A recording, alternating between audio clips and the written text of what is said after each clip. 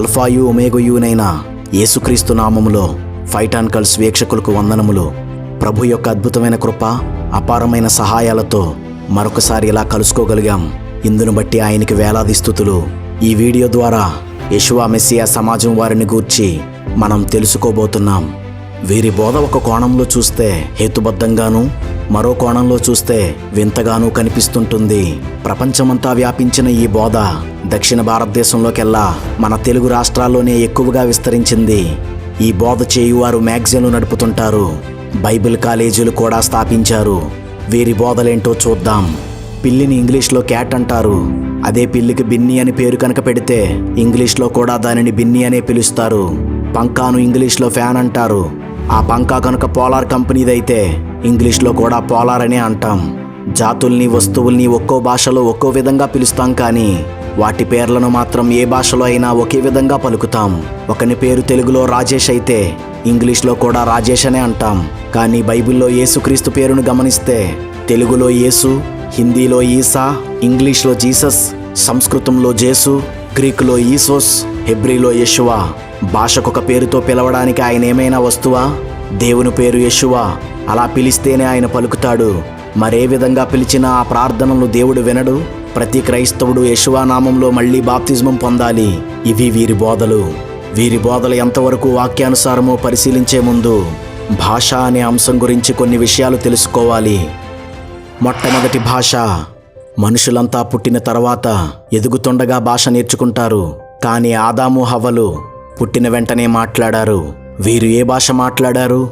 దేవుడు వీరితో సంభాషించిన భాష ఏంటి? ఆదాము నుండి నోవాహు వరకు, నోవాహు నుండి బాబేలు గోపుర సంఘటన వరకు ఒకే భాషను మనుషులంతా మాట్లాడేవారు. ఆ భాష ఏంటి? ఇంచుమించు ప్రతి భాష వారు తమదే మొదటి భాష అని, తమ భాష ఇతర భాషలకు మూలమని అంటారు. ముఖ్యంగా లాటిన్, సంస్కృతం, తమిళ భాషలు మాట్లాడేవారు ఈ వాదన చేస్తుంటారు. మన భారతదేశ భాషల్లో కొన్ని చాలా పురాతనమైనవి కావచ్చు, కానీ మొదటి భాష మన దేశ భాషల్లో లేదు. బైబిల్ మరియు చారిత్రక ఆధారాలను బట్టి మనుషులు మాట్లాడిన మొట్టమొదటి భాష ఆదిమ హెబ్రీ భాష. ఎందుకో చూద్దాం. పురావస్తు పరిశోధనల ప్రకారం మొట్టమొదటి నాగరికత మెసొపొటేమియా. ఇది క్రీస్తు పూర్వం 3500లో ప్రారంభమైంది. అప్పటికి 1000 సంవత్సరాల ముందు నుండే మనుషులు ఆ ప్రాంతంలో ఉన్నారు అని, బొమ్మల లిపిని వారు కలిగి ఉన్నారు అని ఆధారాలు లభ్యమయ్యాయి. దీనిని హ్యూమన్ కల్చర్ అంటారు. ప్రజలు గుంపులుగా నివసిస్తూ స్థిర నివాసాలను ఏర్పాటు చేసుకుంటే దానిని నాగరికత అంటారు. ఆ తర్వాత ఐగుప్తు నాగరికత క్రీస్తు పూర్వం 3300లో, హరప్పా నాగరికత క్రీస్తు పూర్వం 2600లో జరిగాయి. ఈ హరప్పా నాగరికతనే సింధు నాగరికత అంటారు. ఇక్కడ క్రీస్తు పూర్వం 3200 నుండి మనుషులు ఉండేవారు, కానీ నాగరికత 2600లో ప్రారంభమైంది. ఈ సింధు నాగరికతే మన దేశ నాగరికత. అంటే నిస్సందేహంగా మొట్టమొదటి భాష మెసొపొటేమియా వారే మాట్లాడారు. మెసొపొటేమియా అనగా యూఫ్రటీసు మరియు టెగ్రిస్ నదుల మధ్య ఉన్న మైదానంలో అభివృద్ధి చెందిన నాగరికత. అనగా ఆదాము హవ్వల సంతానం నివసించిన ప్రాంతం. ఏదో ఒక కారణం వలన ఆ తర్వాత మానవ జాతి ఇతర ప్రాంతాలకు చెదిరిపోయారు. ఇన్ని భాషలు ఎలా వచ్చాయో, ఒకచోట ఉన్న ప్రజలు ఎందుకు గుంపులు గుంపులుగా ప్రపంచమంతా చెదిరిపోయారో ఏ పురావస్తు శాస్త్రవేత్త కానీ, ఏ మత గ్రంథం కానీ చెప్పలేకపోయింది. బైబిల్ మాత్రమే దీనికి సమాధానం చెప్పగలదు. సృష్టి జరిగిన 1656 సంవత్సరములకు, అంటే క్రీస్తు పూర్వం 2348 జలప్రళయం జరిగింది. అప్పటికి నోవాహు వయస్సు 600 సంవత్సరములు. తరువాత నోవాహు కుమారులలో హాము వంశం శపించబడ్డారు. షేము వంశీయులు తూర్పు కొండలను నివాసం చేసుకుని జీవించారు. హాము సంతానం మరియు యాపెతు సంతానాలు మైదానాలలో నివసించేవారు. మనుషులంతా కలిసి బాబేలు గోపురాన్ని నిర్మించడం మొదలుపెట్టారు. జలప్రళయం జరిగిన సుమారు 220 సంవత్సరములకు. అప్పుడు దేవుడు వారి భాషను తారుమారు చేశాడు. దేవుడు మనుషులందరి భాషను తారుమారు చేయలేదు. బాబేలు గోపురం నిర్మిస్తున్న వారి భాషను మాత్రమే తారుమారు చేశాడు. షేము వంశీయులు బాబేలు గోపురం దగ్గర లేరు. వారు తర్వాతి కాలంలో కూడా ఆసియా ప్రాంతంలోనే వ్యాపించారు. షేము వంశీయుడే అబ్రహాము. ఆదాము మాట్లాడిన భాషే నోవాహు మాట్లాడాడు. నోవాహు భాషే షేము భాష. షేము మాట్లాడిన భాషనే అబ్రహాము మాట్లాడాడు. అబ్రహాము హెబ్రీ మాట్లాడేవాడు కాబట్టే అతనిని హెబ్రీయుడు అన్నారు. హెబ్రీ భాష మొదట బొమ్మల లిపి కలిగి ఉండేది. ఆదిమ హీబ్రూనే కొన్ని ప్రాంతాలలో అరామిక్ అని పిలిచారు. హెబ్రీ మరియు అరామిక్లు ఒకే అక్షరాలను కలిగి ఉంటాయి. వాటిని వాడటంలో చిన్న తేడా ఉంటుంది. హెబ్రీ మరియు అరామిక్లను ఒకే భాషగా చాలామంది పరిగణిస్తారు. అబ్రహాము సమాధిపై కూడా హెబ్రీ అక్షరాలే రాయబడ్డాయి. ఆదాము, హవ్వ, షేతు, నోవాహు. ఈ పేర్లన్నీ హెబ్రీ భాషా పదాలు. మొదటి భాష హెబ్రీ కాబట్టే వీరి పేర్లు హెబ్రీలో పెట్టబడ్డాయి. హెబ్రీ భాష అక్షరాలు అలెఫ్, బెత్, గిమెల్ అని మొదలవుతాయి. గ్రీకు అక్షరాలు ఆల్ఫా, బీటా, గామా అని మొదలవుతాయి. ఇంగ్లీష్లో కూడా మొదటి అక్షరాలు ఏ, బి, సి. తెలుగులో మొదటి అక్షరం కూడా ఆ. అరబిక్, తమిళం, సంస్కృత భాషలలో మొదటి అక్షరం కూడా ఆ. ఇలా ప్రస్తుతమున్న భాషలలో 80% భాషలకి హెబ్రీ భాషే మూలమని పరిశోధనలు చెబుతున్నాయి. వీటన్నింటి ఆధారాలను బట్టి ఆదిమ హెబ్రీనే మొదటి భాషగా నిర్ధారించవచ్చు. భాషల మధ్య వ్యత్యాసం. ప్రతి భాషను వేరువేరుగా ఉండేలా కొన్ని భాషల్లో ఉండే పదాలు, అక్షరాలు ఇంకొన్ని భాషల్లో ఉండకుండా ఉండేలా, కొన్ని పదాలకు వేరువేరు భాషల్లో వేరువేరు అర్థాలు వచ్చేలా దేవుడు భాషని తారుమారు చేశాడు. అందుకే ప్రతి భాష వారు తమ భాష మాట్లాడేవారితో కలిసి ఒక్కో ప్రాంతానికి చెదిరిపోయారు. అందుకే బీదవాడు, ధనవంతుడు, తెల్లవాడు, నల్లవాడు, పొట్టివాడు, పొడుగువాడు వంటి స్థాయిలు ఆధారంగా కాక మాట్లాడే భాష ఆధారంగా మనుషులు గుంపులుగా జీవిస్తారు. భాష ఆధారంగా రాష్ట్రాలుగా విడిపోయారు. కొంతకాలానికి వారు మాట్లాడే భాషను బట్టి దానికి లిపిని కనుగొన్నారు. ఇంకొంతకాలానికి వేరువేరు భాషలు మాట్లాడే వారి సరిహద్దుల వారు 2 భాషలను కలిపి మాట్లాడటంతో మరో భాష పుట్టింది. అలా భాషల నుండి భాషలు ఏర్పడ్డాయి. ఇలా మొత్తం 10,000 భాషలు వచ్చాయి. అందులో 2,895 భాషలు ఇప్పుడు లేవు. ఆ భాషలు మాట్లాడేవారెవరూ లేకపోవడంతో ఇవి అంతరించిపోయాయి. ప్రస్తుతం 7,111 భాషలు ఉన్నాయి. అందులో సుమారు 4,000 భాషలకి మాత్రమే లిపి ఉంది. ఈ 7,111 భాషల్లో సుమారు 1000 భాషలు అతి త్వరలో అంతరించిపోబోతున్నాయి. భాషలు ఎలా వేరువేరుగా పలకబడతాయో వాటి లిపి కూడా అలా వేరువేరుగానే ఉంటుంది. బొమ్మల రూపంలో కొన్ని లిపులు, అక్షరాల రూపంలో కొన్ని, అంకెల రూపంలో కొన్ని, పదాల రూపంలో కొన్ని తయారు చేయబడ్డాయి. మనకు అవసరమైన కొన్ని భాషల గురించి ఇప్పుడు చూద్దాం. అరామైక్ భాష. బైబిల్లో కొన్ని భాగాలు రాయబడిన ఈ భాషకు 22 అక్షరాలుంటాయి. దీనిని కుడి నుండి ఎడమకు రాస్తారు. యేసుక్రీస్తు శరీరధారిగా ఉండగా అరామిక్ కూడా మాట్లాడారు. హెబ్రీ భాష. దీనికి 22 అక్షరాలుంటాయి. ఈ భాషను కుడి నుండి ఎడమకు రాస్తారు. ఈ భాషకు పెద్ద అక్షరాలు, చిన్న అక్షరాలు అని ఉండవు. ఈ భాషలో ఉన్న ప్రతి అక్షరం ఒక్కో బొమ్మని ఆధారం చేసుకుని ఉంటుంది. ఒక్కో అక్షరం ఒక్కో అంకెను సూచిస్తుంది. వీరికి అక్షరాలే అంకెలు. ఈ అక్షరాలకు ఉన్న బొమ్మలలో అనేక మర్మాలు దాగి ఉంటాయి. గ్రీకు భాష. దీనికి 24 అక్షరాలు ఉంటాయి. క్రొత్త నిబంధన రాయబడిన ఈ భాషను ఎడమ నుండి కుడికి రాస్తారు. ఈ భాషకు పెద్ద అక్షరాలు, చిన్న అక్షరాలు ఉంటాయి. ప్రస్తుతమున్న భాషలలో ఖమెర్, కంబోడియా భాషకు 74 అక్షరాలతో అత్యధికమైన అక్షరాలు గల భాషగా ఉంటే, రోటోకాస్ భాష 12 అక్షరాలతో అతి తక్కువ అక్షరాలు గల భాషగా ఉంది. ఈ భాషలలో కొన్ని వల్లించేవి అనగా పాడుతున్నట్లుగా చదువుతారు, కొన్ని మామూలుగా పలికేవి, కొన్ని సైగ చేస్తూ పలికేవి. కొంతకాలానికి వ్యాపారం, వస్తు మార్పిడి, ఆక్రమణలు, నాగరికతాభివృద్ధి వంటి చర్యల కోసం ఒక భాషవారు మరో భాషవారితో సంభాషించాల్సిన అవసరం ఏర్పడింది. ఒక భాషవారు మరో భాషను నేర్చుకోవడం జరిగింది. ఇలాంటి వారు ఇతర భాషల వారికి మధ్యవర్తులుగా ఉండి ఒకరి విషయాలను మరొకరికి అర్థమయ్యేలా చేసేవారు. వీరినే తర్జుమాదారులు, ట్రాన్స్లేటర్స్ అంటారు.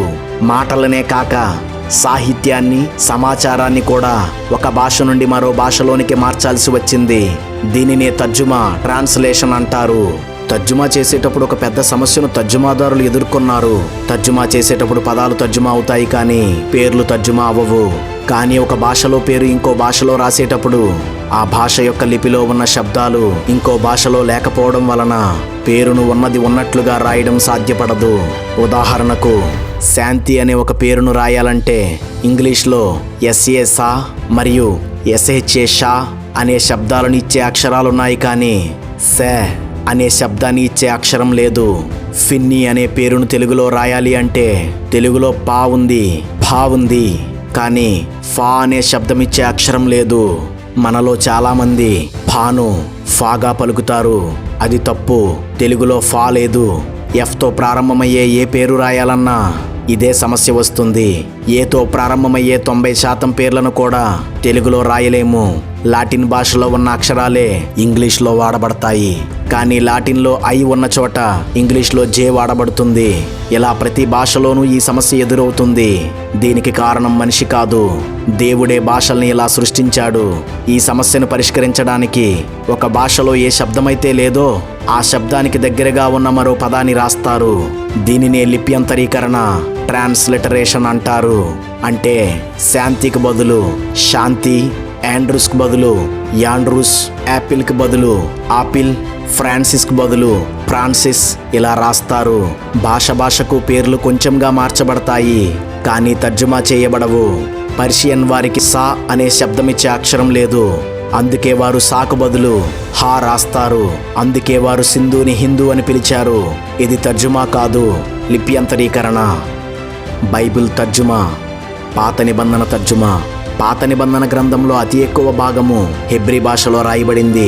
అక్కడక్కడ అరామిక్లో రాయబడింది. క్రొత్త నిబంధన గ్రీకు భాషలో రాయబడింది. పాత నిబంధన గ్రంథాన్ని క్రీస్తు పూర్వం 3వ శతాబ్దంలో గ్రీకు భాషలోనికి యూదులు తర్జుమా చేశారు. దీనినే సెప్టుజెంట్ అంటారు. దీనిలో హెబ్రీ భాషలో ఉన్న కొన్ని శబ్దాలు గ్రీకు భాషలో లేకపోవడంతో మనుషుల, ప్రాంతాల పేర్లను లిప్యంతరీకరణ, ట్రాన్స్లిటరేషన్ చేశారు. ఉదాహరణకు అబ్రహామును అవ్రామ్గా, మోషేను మోయిసిస్గా మార్చారు. ఈ లిప్యంతరీకరణ స్వయంగా యోధా మత బోధకులే చేశారు. దేవుడే భాషలను ఇలా చేశాడు కాబట్టి ఇలా పేర్లు లిప్యంతరీకరణ చేయబడుట అనేది దేవునికి లోబడటమే కానీ వ్యతిరేకించడం కాదు. క్రొత్త నిబంధన తర్జుమా. క్రొత్త నిబంధన కాలానికి గ్రీకు ప్రపంచ భాషగా ఉంది. అన్యులతో పాటు యూదులు కూడా గ్రీకును విరివిగా మాట్లాడేవారు. అందుకే క్రొత్త నిబంధనని గ్రీకులో రాశారు. రోమియుల భాష లాటిన్, యూదుల భాష హెబ్రీ. ఒక భాష వారు ఇంకో భాష వారి పేరును వారి వారి భాషా నియమాలను బట్టి ఎలా మార్చి పలుకుతారో అలాగే గ్రీకు వ్యక్తి పేరును కూడా లాటిన్ వారు, హెబ్రీ వారు మార్చి పలుకుతారు. హెబ్రీయుల పేరును గ్రీకు వారు, లాటిన్ వారు మార్చి పలుకుతారు. గ్రీకు భాషా నియమాలు ఇతర భాషల్లో ఉన్న నిశ్శబ్ద పదాలను గ్రీకులో విడిచిపెడతారు. ఉదాహరణకి ఇంగ్లీష్లో నాలెడ్జ్ అనే పదంలో కే అనేది నిశ్శబ్దాక్షరం. తెలుగులో దానిని నాలెడ్జ్ అని రాస్తాం, కానీ నాలెడ్జ్ అని రాయము. పేర్లు రాసేటప్పుడు ఆ వ్యక్తి పురుషుడైతే పేరు చివర ఎస్ అనే శబ్దాన్నిచ్చే జేటాను వాడతారు. ఉదాహరణకు లాజరును గ్రీకులో లాజరస్ అంటారు. ఇంగ్లీష్లో నామవచనానికి ముందు పెద్ద అక్షరాన్ని అనగా క్యాపిటల్ లెటర్ రాసినట్లు గ్రీకులు ఎవరి పేరును పలకాలన్నా వారి వ్యాకరణమును అనుసరించే పలుకుతారు. ఏ భాష వారైనా తమ భాషా నియమాలను బట్టే పలకాలి. యేసు అనే పేరు గురించి చూద్దాం. యేసుక్రీస్తుకి యెహోషువ పేరునే పెట్టడం జరిగింది. యెహోషువ పేరును సాధారణంగా పలికేటప్పుడు యెషువా అని పలుకుతారు. ఈ మాటకు యెహోవాయే రక్షణ అని అర్థం కాబట్టి ఆ పేరునే యేసుకు పెట్టారు. ఆ కాలంలో ఈ యెషువ అనే పేరు చాలా మంది పెట్టుకునేవారు. ఇది హెబ్రీ భాషా పదం. క్రీస్తు శిష్యులంతా గ్రీకుతో పాటు హెబ్రీ కూడా మాట్లాడేవారైనప్పటికీ వారు సువార్త చేయాల్సిన ప్రాంతాల్లో నివసించే వారంతా గ్రీకు మాట్లాడేవారే. వారికి ఏదైనా పత్రిక రాయాలంటే యెషువ అనే పేరును గ్రీకు వారు ఏమని రాస్తారు, ఏమని పలుకుతారు? యెషువ అనే పదంలో మొదటి అక్షరమైన ఏ హెబ్రీలో 10వ అక్షరమైన యోదుతో రాస్తారు. కానీ గ్రీకు అక్షరమాలలో యా అనే శబ్దం లేదు. కాబట్టి ఏకు బదులు ఇయోటా, ఈటాలను కలిపి ఈ అని రాస్తారు. దీనిని ఈకు, ఏకు మధ్యలో పలుకుతారు. షూ అనే 2వ అక్షరాన్ని హెబ్రీలో 21వ అక్షరమైన షిన్తో రాస్తారు. కానీ గ్రీకులో షా అనే శబ్దమిచ్చే అక్షరం కూడా లేదు. దానికి బదులు సిగ్మా, ఒమిక్రాన్, ఉప్సిలాన్లను కలిపి సో అని రాస్తారు. వాహ్ అనేది హెబ్రీలో సైలెంట్ లెటర్ అయిన ఐన్తో రాస్తారు. కాబట్టి గ్రీకు వారు దాన్ని రాయరు. పురుష నామవాచక పదం వచ్చినప్పుడు గ్రీకులో జేటాని చేరుస్తారు కాబట్టి దాని చివరన జేటా చేర్చారు. యెషువ అనే హెబ్రీ పదం గ్రీకు భాష లిపిలోనికి వచ్చేసరికి ఈసోస్ అయ్యింది. ఇది తర్జుమా కాదు, లిప్యంతరీకరణ. యేసు పేరు ట్రాన్స్లేట్ చేయబడలేదు, ట్రాన్స్లిటరేట్ చేయబడింది. అందుకే సిలువపై 3 భాషలలో పై విలాసం రాసినప్పుడు ఒక్కో భాషలో యేసు పేరును ఒక్కో విధంగా రాశారు. లాటిన్లో ఆయన పేరును ఈసస్ అని రాస్తారు. ఐఎన్ఆర్ఐలో ఐ. నూతన నిబంధన రచనలన్నీ గ్రీకులోనే వ్రాయబడ్డాయి. వారంతా తమ సువార్తల్లో, లేఖల్లో యేసు పేరును ఈసోస్ అనే రాశారు. యెషువ అని ఒక్కసారి కూడా రాయబడలేదు. ఈసోస్ లాటిన్లో ఈసస్గా, ఇంగ్లీష్లో జీసస్గా మారింది. మన తెలుగులో అన్ని భాషల కన్నా అత్యంత దగ్గరగా యేసు పేరు లిప్యంతరీకరణ చేయబడింది.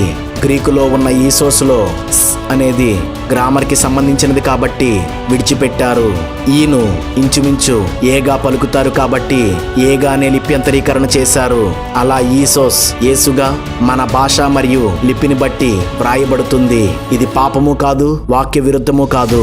ఎందుకంటే భాషకు పేర్లలో మార్పు వస్తుందని బైబిలే చెప్తుంది. ప్రకటన గ్రంథం 9వ అధ్యాయం 11వ వచనంలో పాతాళపు దూత వాటిపైన రాజుగా ఉన్నాడు. హెబ్రీ భాషలో వానికి అబద్దోనని పేరు, గ్రీసు దేశపు భాషలో వాని పేరు అపుల్లియోను. అపోస్తుల కార్యాలు 9వ అధ్యాయం 36వ వచనంలో మరియు యొప్పేలో తబితా అని శిష్యురాలుండెను, ఆమెకు భాషాంతరమున దోర్కా అని పేరు. హెబ్రీ భాషలో హల్లెలూయాను ప్రకటన గ్రంథం 19వ అధ్యాయం 1వ వచనంలో హల్లెలూయా అని రాయబడింది. గ్రీకులో హా అనే అక్షరం లేదు కాబట్టి హాకు బదులు ఆ వాడారు. భాష అనే అంశాన్ని ఆధారం చేసుకుని ఒక శాఖగా ఏర్పడిన ఈ యెషువా మెస్సియా సమాజం వారికి కనీస భాషా పరిజ్ఞానం కూడా లేదు. ఎందుకంటే వీరికి తర్జుమాకు లిప్యంతరీకరణకు తేడా తెలియదు. యెషువా అని కాకుండా మరే విధంగా పిలిచినా దేవుడు పలకడు అని వీరంటారు.